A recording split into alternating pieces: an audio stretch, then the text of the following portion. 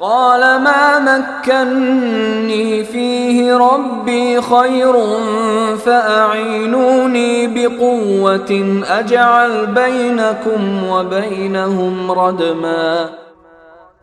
ذوالقرنین نے کہا، اللہ نے مجھے جو اقتدار عطا فرمایا ہے وہی میرے لیے بہتر ہے، لہذا تم لوگ ہاتھ پاؤں کی طاقت سے میری مدد کرو تو میں تمہارے اور ان کے درمیان ایک مضبوط دیوار بنا دوں گا۔ آتونی زبر الحدید حتی اذا ساوى بین الصدفین قال انفخوا حتی اذا جعله نارا قال آتونی افرغ علیہ قطرا۔